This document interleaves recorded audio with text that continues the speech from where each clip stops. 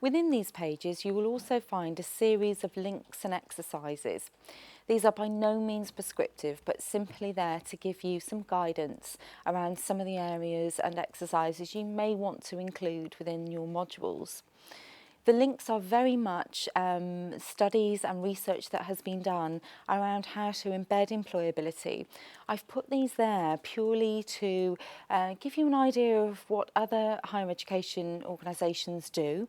There are also some fantastic case studies that are related to specific faculties and specific courses, which you may find useful, and you may find similarities between your area and the area within the study. I think these are useful to get a broader perspective of how other people are doing it.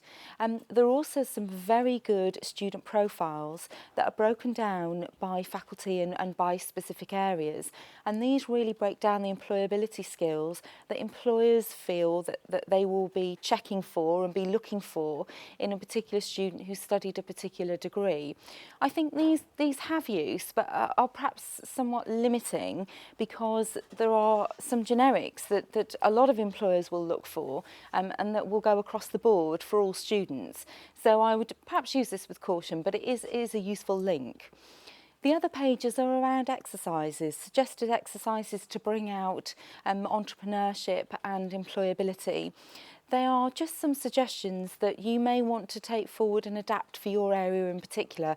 It's very difficult to suggest exercises that will fit absolutely with your module or your course. And so what we've done is to give some general exercises that you may want to adapt. These exercises, some can be used very effectively in seminars, some can even be used in lectures. And I think it's quite a useful process to go through some of these exercises, and we've put them under particular skills. What is fantastic is that a lot of the exercises cover more than one employability skill. So by doing one exercise, you may find that this is already covered an introduction to teamwork, some areas of problem solving, some areas of confidence building, and giving and receiving feedback, for example. So I think if we can use exercises that cover as many skills as possible, it's a quick win for students who can see how much they may have developed just by doing one exercise or a series of exercises. And it also, very practically is less time, which I know it can be an issue when embedding something within a module where the curriculum can perhaps already be crowded. So I hope you find these exercises useful. They are a starter, and we will be adding to these as we go throughout the year, as new things come up and as we actually learn more of the things that can more easily be embedded in the curriculum. You'll also find within these pages a case study from within the university that we discovered in the law area, where a lecturer had very cleverly embedded some great employability skills in a module around land law, which by her own admission can be quite a dry module. What was interesting is that when we explored some of the areas that she felt were not being covered, we talked quite a bit about teamwork, and some of the feedback that has been coming out and that came out from the lecturer within the law area and within other areas was that when students are asked to work together as a team, possibly for the first time, difficulties can arise. Students perhaps don't get on very well together, or they're critical of a member of the team who appears perhaps not to be doing as much as they should.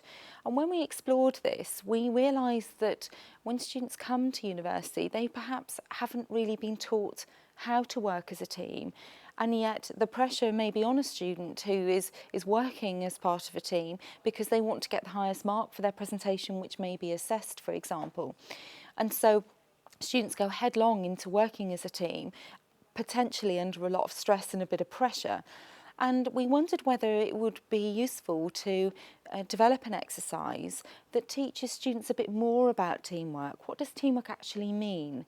And to understand that people play different roles in those teams, and it's because they play different roles that we need to bend and flex to realise that, and that the team works much more effectively if it is full of students who play different roles.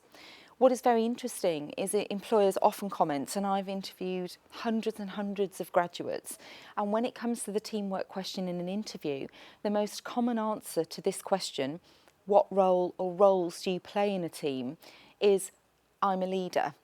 That becomes very difficult for a graduate recruiter who is looking for someone else who yes, has leadership skills, but who can play a different role or who can play varied roles and can then articulate and demonstrate where they've played those different roles.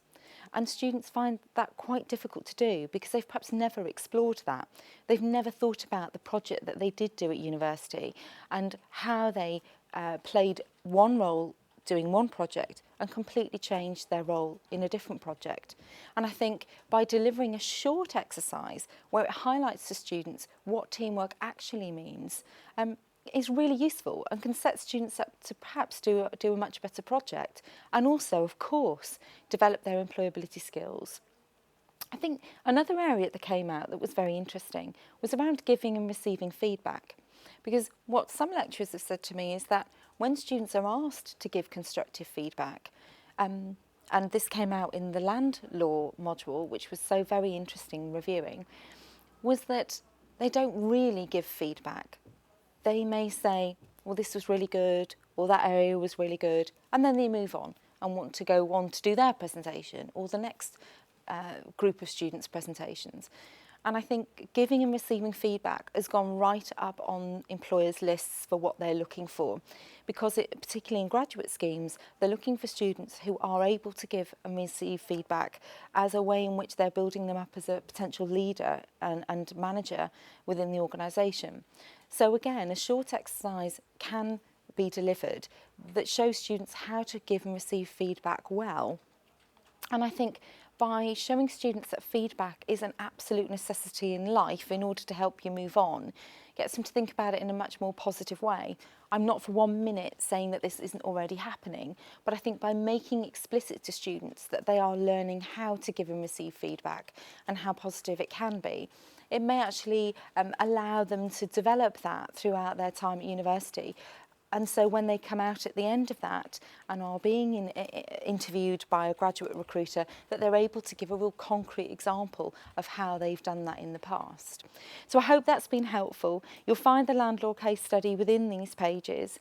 You know, we've successfully reviewed some of the embedding of employability in that module, and it's already been successful, but hopefully now it'll have an even bigger impact. Please have a look. I hope you find it useful. And if you want us to go through any of the exercises with you or possibly show you an example of where they may have been used before, then again, we're more than happy to do so. And best of luck.